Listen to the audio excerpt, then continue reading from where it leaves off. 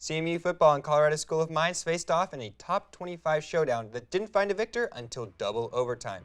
We give you a recap of a thrilling Nikos Cup clash.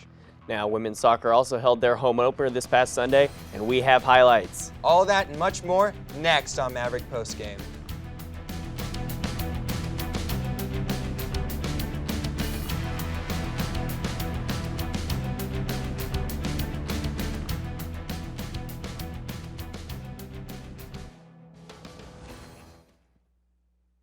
Welcome to the second installment of Maverick Postgame this season. Joe Azar joined by Bryce Reedy, and we have a big show on our hands. We start off with the Nikos Cup battle between CMU football, ranked 23rd in the nation, and number 10 Colorado School of Mines, and my oh my, what a game that was. The game was a high-scoring affair with both teams reaching at least 40 points. 2 field goals from Ryan Sheehan had the Mavericks out in front 6-0 at the end of the first quarter. However, then Mines quarterback Justin Dvorak tied the game with a 6-yard touchdown pass, and then a missed extra point tied the game up at 6 apiece. David Tan gave the Mavs the lead at halftime, however, after a 64-yard drive was capped off with a 4-yard touchdown. Then in the second half, Josh Brown caught a pair of touchdowns between a Mines touchdown to give a CMU a 27-13 lead entering the fourth. The Oregon Diggers scored 2 touchdowns to tie the game at 27 all entering the fourth quarter, and with 3 seconds left, Mines had a chance to win the game with a 42-yard field goal, but they missed, sending the game into overtime. And after the teams traded touchdowns in the opening round of overtime, quarterback Sean Rubicaba connected with Vernell Moon for a 19-yard touchdown pass.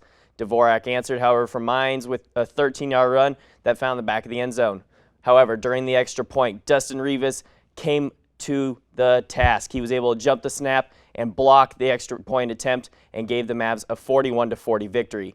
Rubicaba was stellar again in the air, throwing for 241 yards and a touchdown. Josh Brown was one of the on the receiving end of 126 of those passing yards and a pair of touchdowns. And now, as you will be able to see on the screen, the CMU players had fun celebrating a second consecutive Nikos Cup win. This picture courtesy of Antonio Clark's Instagram.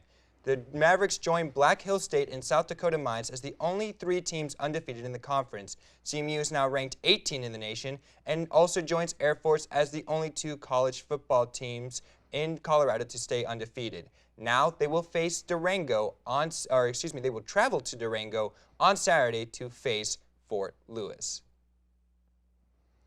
After another win against Angelo State, which saw RMAC preseason goalkeeper of the year Janelle Richmond-Bucala save her second penalty of the season, CMU finally had their home opener this past Sunday, and it was against RMAC opponent Westminster.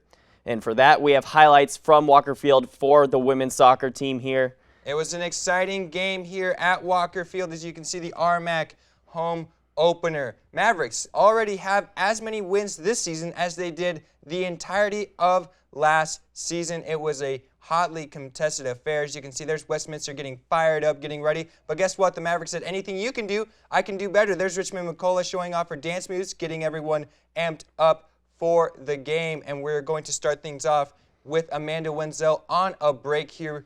And she, after a nice pass, tries to fight for the ball. Here comes a Westminster defender, and she shakes her off and pushes through. Unfortunately, nothing comes of that break. Free kick there by Wenzel goes wide. She will have another free kick attempt here pretty soon. Here it comes. The kick saved by the goalkeeper. That's Madison Rasmus, who has a chance, and it sailed high. That's a big chance that she is going to regret missing. And then still in the first half, there's a nice throw-in, battle for the ball, boxing out, and a nice little nutmeg is going to happen here, a nice little skill move there. Then Richmond-Bucala with a nice little clearance with her head for the save, but unfortunately, Bucala cannot stop Tiana Cercielo with a beautiful goal there. That's the only goal of the game, and the Mavericks fall in their RMAC home opener 1-0. After the loss, women's soccer faces UCCS Friday at home again.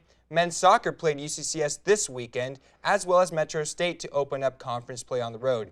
The game against the Roadrunners finished in a scoreless draw on Friday, but CMU bounced back in Colorado Springs. Despite being outshot 16-9, the Mavs were able to secure a 3-0 victory. Andres Delgadillo opened the scoring with a header off a corner before Roy Abergil got a pair of goals in the second half. The team now travels to Westminster on Friday to face the Griffins. Like women's soccer, volleyball hosted Westminster this past weekend and swept them in 3-0 on Friday. Gabriela Diaz finished the game high with a game-high match of 15 kills and accounted for 16 points. Now the Mavs improved to 8-2 on the season and have won 8 conference matches in a row. They travel to the Regis and Shadron next weekend. And now it's time for our Maverick of the Week, and once again we are giving it to a member of the CMU's football team, but this time it's going to go to the offensive end.